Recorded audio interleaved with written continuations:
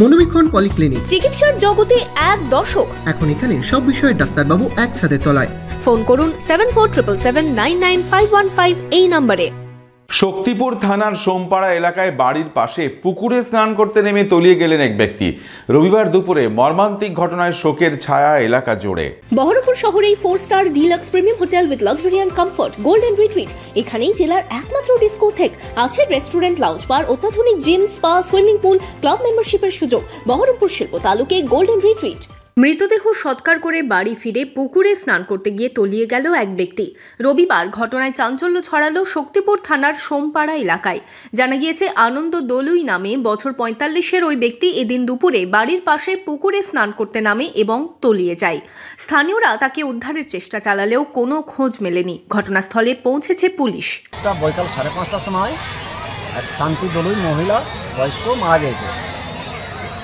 সেই লাশ আজকে সকালবেলায় দাহ করেছে নারকেল বাড়ির ঘাটে। দাহ করার পর ওনারা বেলা 1টা-1:30টার দিকে ফিরে এসেছে। ফিরে আসার পর উনি স্নান টান করতে গিয়ে উনি জলে তলিয়ে গিয়েছে।